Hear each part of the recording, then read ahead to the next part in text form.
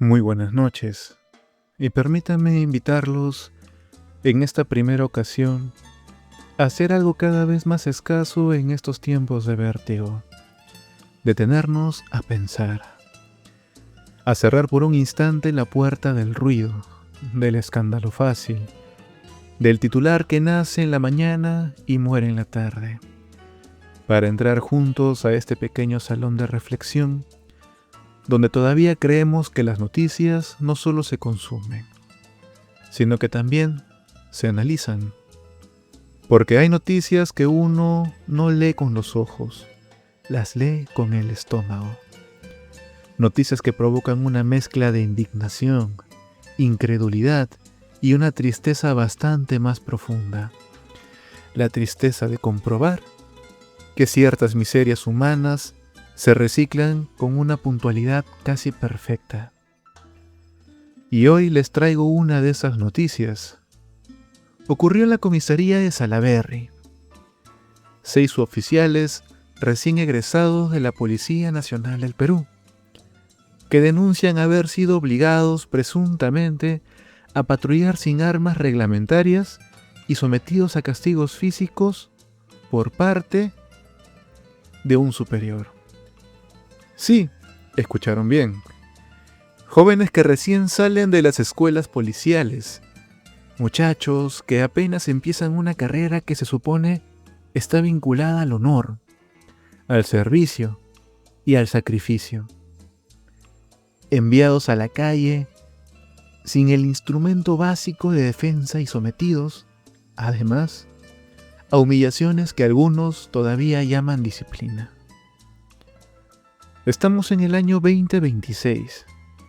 Se supone que vivimos en una época de discursos sobre derechos humanos, modernización del Estado, profesionalización institucional, liderazgo estratégico y todas esas expresiones que quedan tan bien en los foros, en las conferencias y en los PowerPoints ministeriales.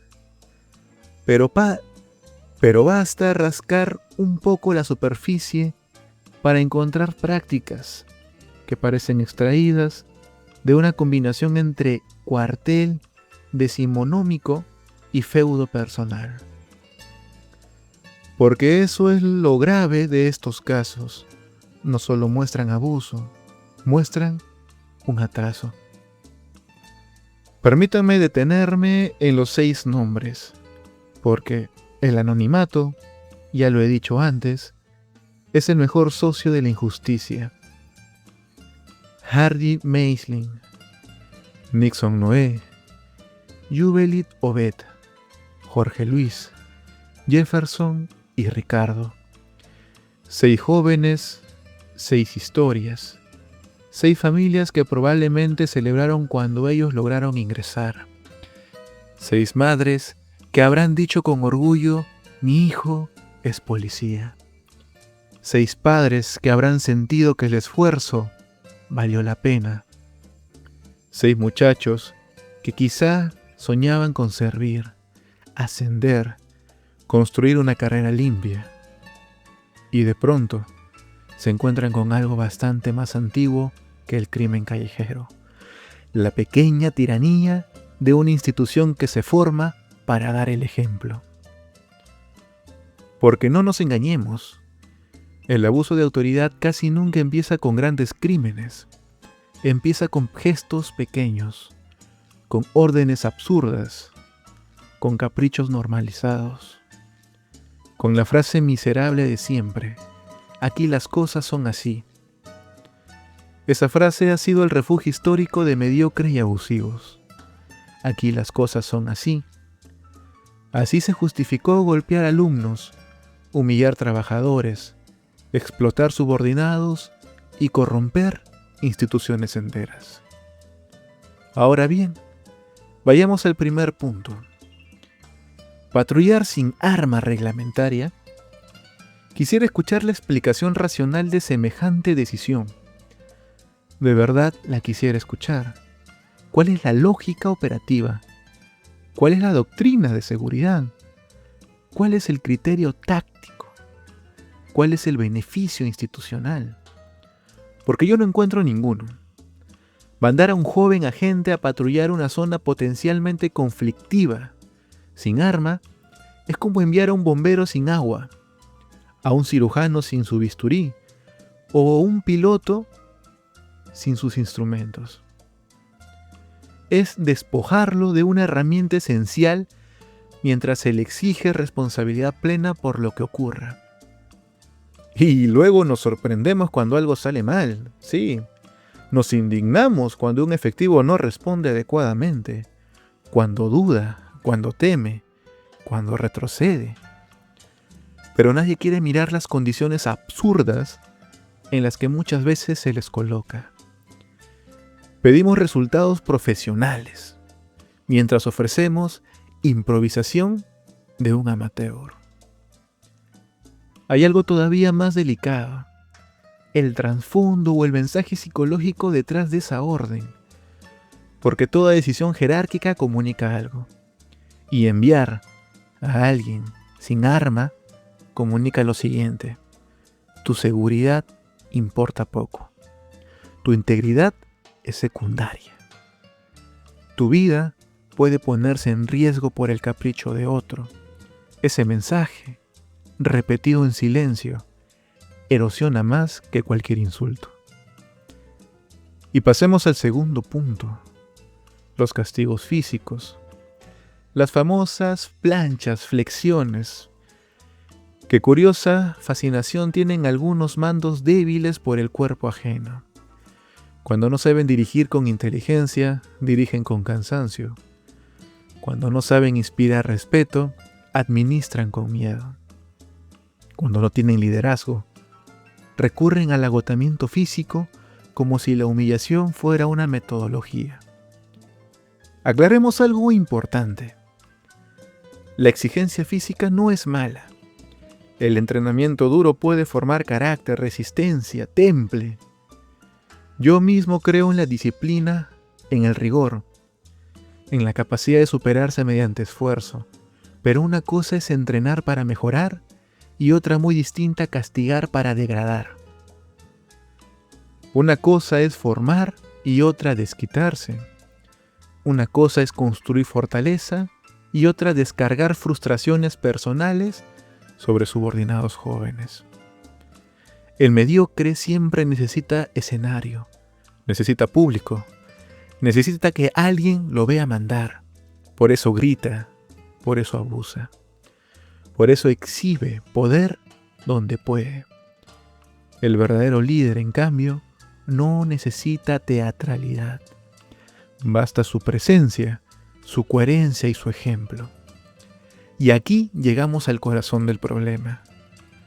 Mucha gente cree que estos episodios solo dañan a 6 personas. No, dañan a toda la institución policial. Porque cada joven humillado aprende una lección tóxica, entre comillas. Que ascender significa abusar. Que mandar significa aplastar. Que el uniforme protege al fuerte y abandona al débil. Esa pedagogía perversa luego se reproduce durante décadas. Después nos preguntamos por qué ciertas organizaciones parecen atrapadas en ciclos eternos de maltrato interno. Porque el abuso no se transmite por reglamento, se transmite por imitación. Aquí hay una dimensión social que suele ignorarse. El ciudadano ve al policía en la calle y exige eficacia, cortesía, autocontrol, profesionalismo.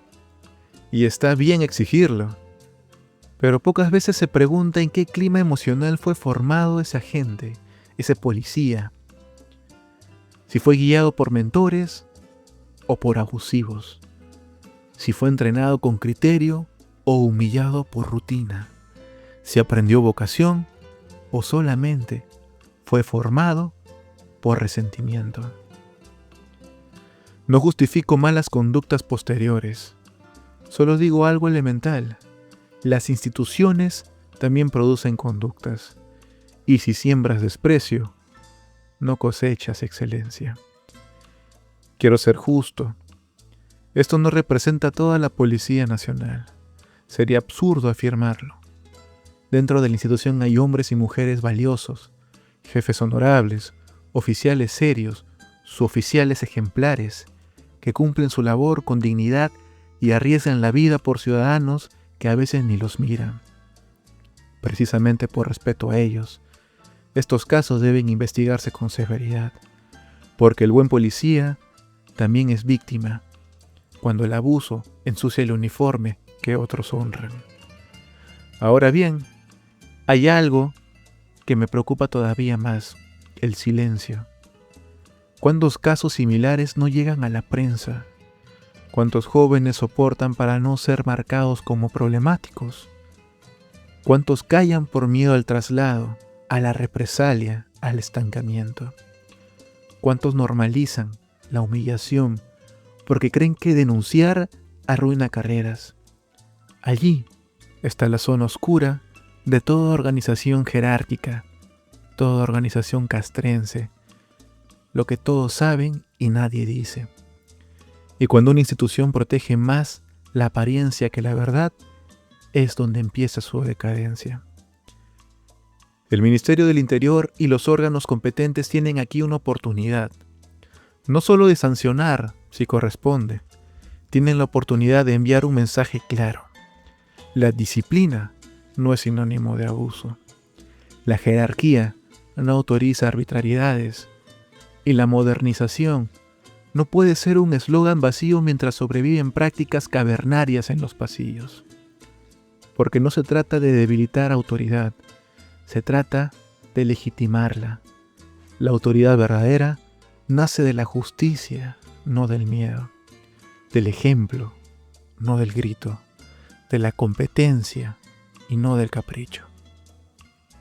Y quisiera decir algo a esos jóvenes que recién ingresan a cualquier institución dura, castrense, sea policial, militar o incluso civil. No confundan violencia con fortaleza, no confundan humillación con aprendizaje, no confundan miedo con respeto. El respeto real nunca necesita degradar a nadie. Y a quienes tienen gente a cargo, una advertencia sencilla: el poder que hoy ejercen es prestado y temporal. La huella que dejan en otros puede durar toda la vida. Usted puede formar servidores valiosos o fabricar resentidos funcionales. Puede elevar personas o empequeñecerse abusando de ellas. Ustedes deciden. Yo espero que estos 6 nombres no se pierdan en el archivo indiferente de las semanas. Hardy Meisling, Nixon Noé, Juvelit Obed, Jorge Luis, Jefferson y Ricardo. Porque hoy representan a muchos otros que quizá callan. Y porque una sociedad seria se reconoce también por cómo trata a quienes recién empiezan. Mañana, cuando vea a un policía joven en una esquina, señoras y señores, pregúntense algo simple: ¿está siendo formado por líderes o por pequeños tiranos? De esa respuesta depende bastante, más de lo que imaginamos. Muy buenas noches y que la reflexión, al menos por hoy, no nos abandone. Adiós.